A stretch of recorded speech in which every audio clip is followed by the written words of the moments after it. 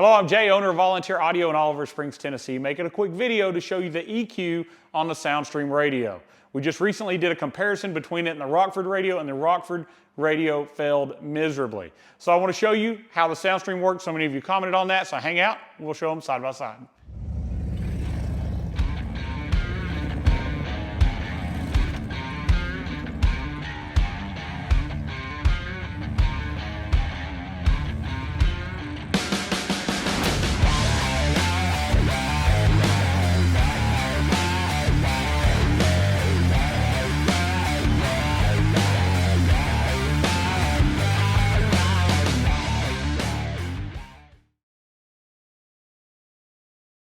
All right, so let me show you where we're at. I've got a Road Glide 14 and newer with a Soundstream Reserve HDHU14SI radio installed in it.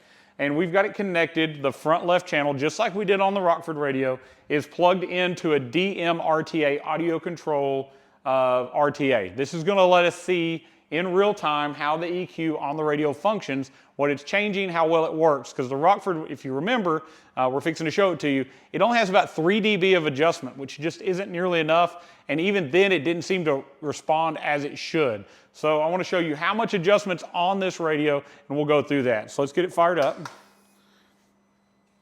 Now, I do want you to look at this radio. Look how awesome that gloss black radio bezel looks. We pointed that out in our review video. The Rockford is flat black. I think it just doesn't look as good as the Soundstream, but check that out as we're booting up here.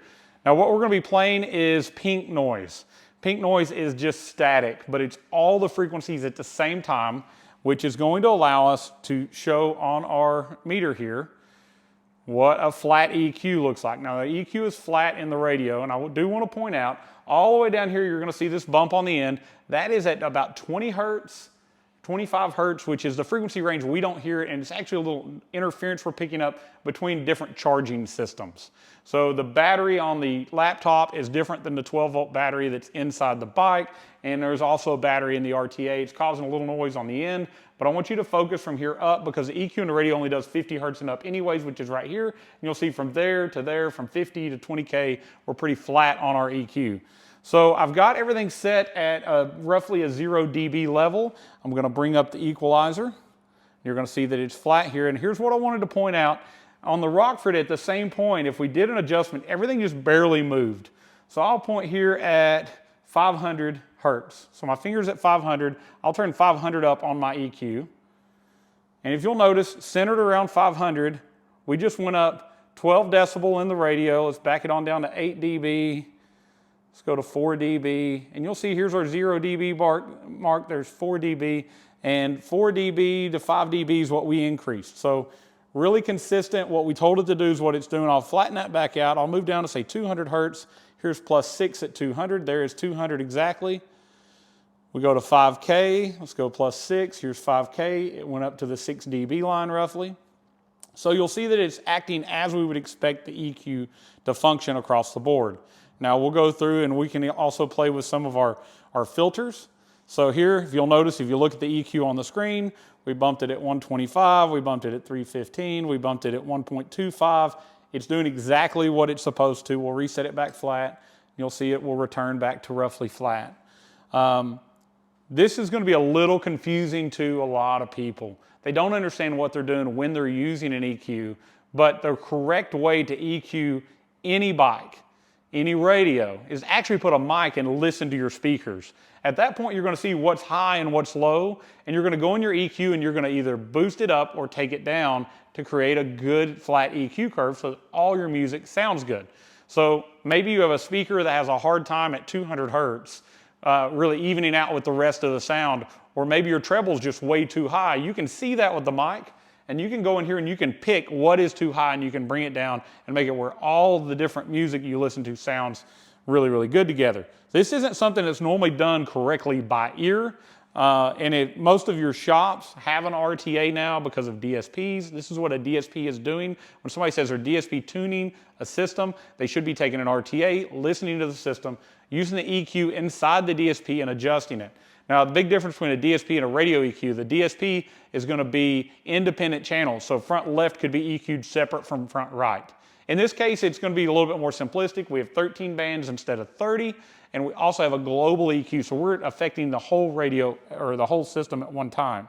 So not quite a DSP, but very close in how it works, and in this case it works exactly as we would expect. So I'm going to show you, we're going to go in here and we're going to turn on a 60 hertz crossover or filter, and we're going to see on a 12 dB slope that we've got a pretty good drop.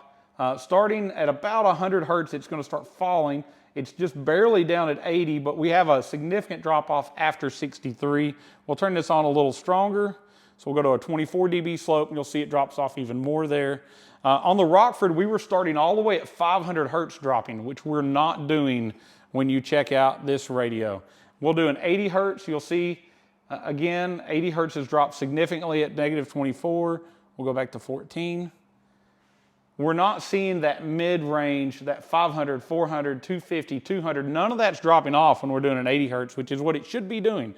We're getting a drop maybe a little before at 100, a little after at 63. We can go up to 125. You'll see the same thing. It's dropping about 125. It's not dropping greatly above that. And we can go, that's as high as this particular is going to go, a 24 decibel drop off. But we're seeing that our crossover filters are working as we see on screen. As you watch this graph, you see that picture, you'll see it's doing that same thing here on our computer, which is what we want to see. We want to see it doing the correct thing. Our slope change, it's more gradual. It's more steep, depending on how we've selected it. But what we found, oh, my computer's locking up here. Let's let it catch up. All right, so sorry. Our RTA had went to sleep, so it's back going. So you'll see here that the EQ is doing what it is showing on the screen correctly. And that's really what we want to show, that we have enough adjustment to make a difference. And we'll go back to the EQ to talk about that again. All right, so digital equalizer. Well, let's turn off our filters before we go back. Let me put it back on flat. So we're looking at the whole board. All right, so normally when we're trying to set an EQ, we need probably 6 to 9 dB of adjustment. Now they've given us a full 12 decibel, which is a huge amount of adjustment. In my opinion, it might actually be too much. The Rockford only gave us 3, but too much is way better than not enough because we don't have to use all of that adjustment. Now, the only part that worries me about that is we put it in the hands of somebody who doesn't know what they're doing, and they start boosting things, and you'll see these electrical boosts. If I bring 800 up positive 12, you'll see it almost shoots off of my screen here, and that is enough to start clipping the amp at that frequency. So when we tell you to EQ your radio, we always set our amp gains with our EQ flat, and we start turning down things we have too much of. So if we're listening to it and we think our treble is a little bright, we're going to come here on the treble end and we're going to start turning the treble down instead of boosting the bass. You're going to think, I need more bass because my treble's too much. Well, work the other way, turn the treble down. You'll see we have a ton of adjustment. We can drop it 9 dB, we can drop it 12 dB. The key is, whatever your desire is to do with this EQ, it works as it should. And Soundstream, you passed the test on EQ. It's not a 30-band independent channel DSP EQ, but it is more than sufficient for bike audio and global EQ in your system to make all of your music enjoyable and sound good. So we weren't really concerned about it because you've seen some of our past videos. When we've done Soundstream installs, we go in and we set our EQ with an RTA. We did that right after we did Q from riding Wrenching's bike. We came back, we RTA'd it, we did a video on it. Look back through time, look for that video. We'll probably make some upcoming future EQ videos as well to try to put this more in layman's terms and make it easier for you to understand what you're doing when you're EQing your system. But in reality, always start with a flat EQ, listen to it. If you see that something sounds like there's too much, we then want you to take that down. And just to kind of dumb this down a little bit more so it's easier to understand, even though there's 13 bands, if you'll break it up and look at the left third, the middle third, and the right third, the left side is bass, the middle is your mid-range, and treble is going to be on that right side. So plenty of adjustment here for what you're going to do. I want to make sure you understand what an EQ does, because I don't want to just confuse you by saying, well, the Rockford one doesn't work right, the Soundstream one does. Hopefully Rockford will do an update, they'll make theirs better, but for sure at this time, as when we filmed this, the Rockford radio didn't perform correctly and the Soundstream is doing what it's supposed to. So the key is we're replacing our radio because we want better sound. We want a really good starting EQ point, which you see we have. And anytime we have an amp installed, this is being blocked by filters. We're blocking anything from roughly 60 hertz and down because 6.5, 6x9s and so on, they won't play those frequencies. If we're playing that, we're sending that straight to a sub, like the Precision Power drop-in sub, which really they're playing 40 hertz and up. So this little remnant we're picking up here from voltage isn't an issue at all, and even if it was an issue, you would never hear it.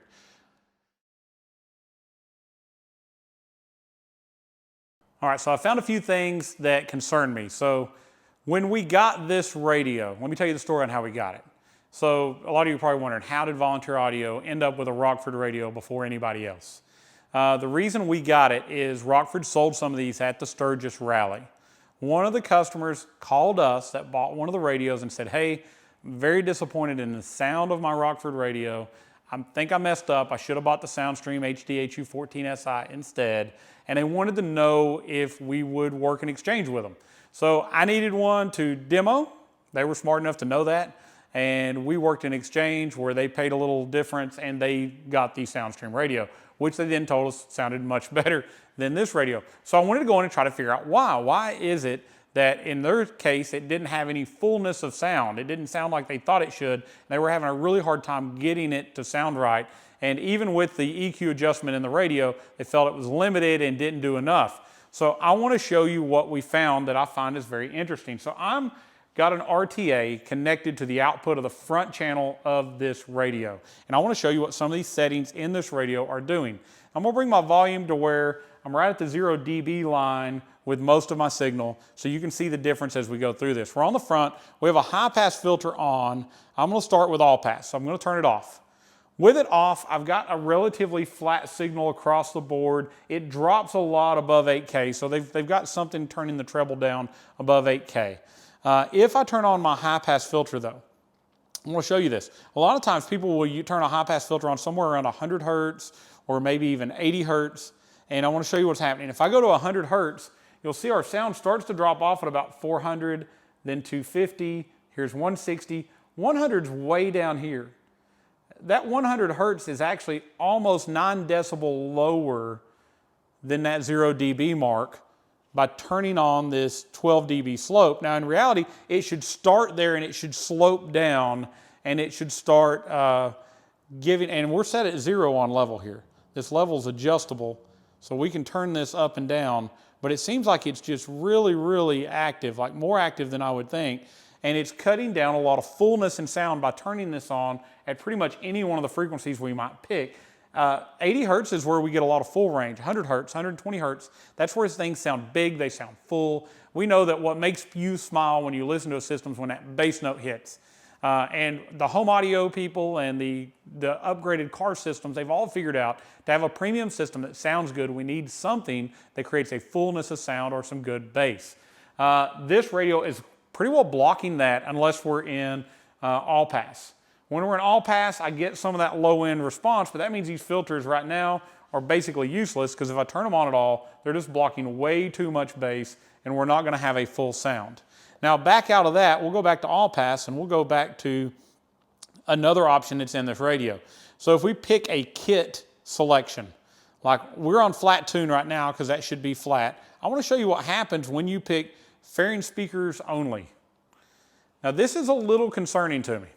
So let's talk about why most people are replacing the radio in a new Harley.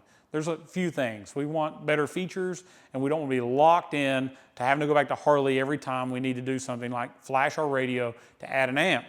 Well, the reason we're flashing the radios is because the factory Harley radio output has a crazy bass boost around 80 to 100 hertz. It blows lid speakers, it blows 6.5s, and it's just really not good on your system. When we select fairing speakers only, you'll find out Rockford built in a bass boost in that 80 to 100 hertz range. Now I understand that's the full sounding part of our music. The problem is when you turn it up and that's the only thing boosted, and this is with a flat EQ in the radio by the way. If you went in and raised the bass some, you're going to make this even worse.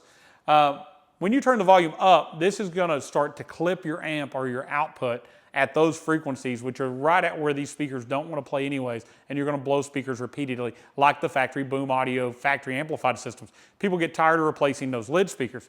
So I don't think this is really usable, but I've went through and I've tried some of the other ones. If I show that it's got a fairing speakers and bag lids or fairing and tour pack, still yet they keep a bass boost on our front speaker output. Maybe this is the curve they're after, the sound they're after, but from what we know and what we've experienced, if you boost frequencies these speakers don't want to play clearly, all you're going to do is cause distortion, muddiness in sound, and eventually you're going to blow or burn up the voice coil of that speaker. Now, you would have to go to flat tune to get a flat output. Now, we found when we were listening to the flat output, it was very tinny, and if we went to the EQ, we didn't have enough adjustment. But let me show you why I think this EQ needs more adjustments. Let's back out of here. Let's go up to our EQ. So here we are on completely flat, and we're on basic, they call it, just basic treble and bass adjustment. If I turn the treble up, you'll see there's very, very little change in our treble end by doing that adjustment. Not enough to really, to even audibly hear as I was listening to it. If I turn bass up, I make this problem worse. If I turn it down, it doesn't make it much better. So there's very little adjustment. Now we'll go into custom and you'll notice they have 14 bands of equalization. They're trying to have one more than the competition. That sounds good. Maybe you should have more. But as we go in here, even let's say we're going to pick 100 hertz, which is right where I think we're having a problem right now with too much boost. If I turn that all the way down, it didn't change much. It just barely moved. If I turn it all the way up, again, there's not a tremendous amount of increase once it levels out. There's only 3 dB of movement up or down, yet if you'll look at our graph, we've got 9, 10, even 12 dB of issues we're trying to correct in sound. So my problem with this EQ would be it is not sufficient to give you a lot of equalization adjustment. The Soundstream HDHU14SI has 13 bands of EQ, and it has 12 dB up, 12 dB down, a total of 24 decibel of adjustment, which would more than help me correct or create a good EQ curve. I just don't think they can do it with this yet. Rockford, you can probably fix it with an update. Maybe you can, maybe you can't, but I will tell you it may take some time before that update's released. And believe me, this radio is fully up to date. We updated it today. Today is August 23rd. As of August 23rd, I have the latest update in it from the Rockford website. All right. Thank you for watching this video. Thank you for taking the time to try to understand with us a little bit more about EQ and the differences between those two radios. I hope this has answered some questions. Comment below if you have more questions. I'll be quick to try to reply back. Please don't bash either brand on this YouTube video. If you do that, we're going to delete your comment. It's not about you. It's about, we're not trying to bash companies. We're trying to make things better as a whole. As these companies learn what they do and don't do better, they're going to fix it. Future models are going to come out. It's going to be great for all of us because we're going to have better radios to put our, to power our systems. So comment below. We'll be quick to answer. Call us if you want to order a radio for your Harley. 1-844-30-AUDIO. We'd love to talk to you about the radios, talk to you about amps, speakers, everything it's going to take to build you an awesome system. We're here for you. Give us a call, 1-844-30-AUDIO. You'll speak to a real person that's really, really knowledgeable about Harley Davidson audio. Check out volunteeraudio.com to see the radios that we have available for sale, along with all of our install packages, the complete plug-and-play systems for your bike. And definitely also there at the top of the page, you'll see all of our step-by-step install videos. So after you've purchased, we walk you step-by-step how to put it in your bike.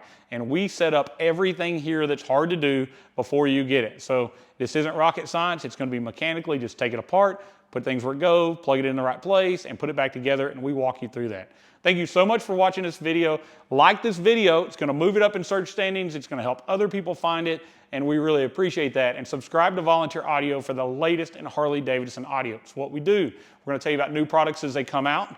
We're going to show you how to install them, and we're going to show you how to use them so you get the most out of your investment in your Harley audio. Thank you so much for watching, and as always, God bless.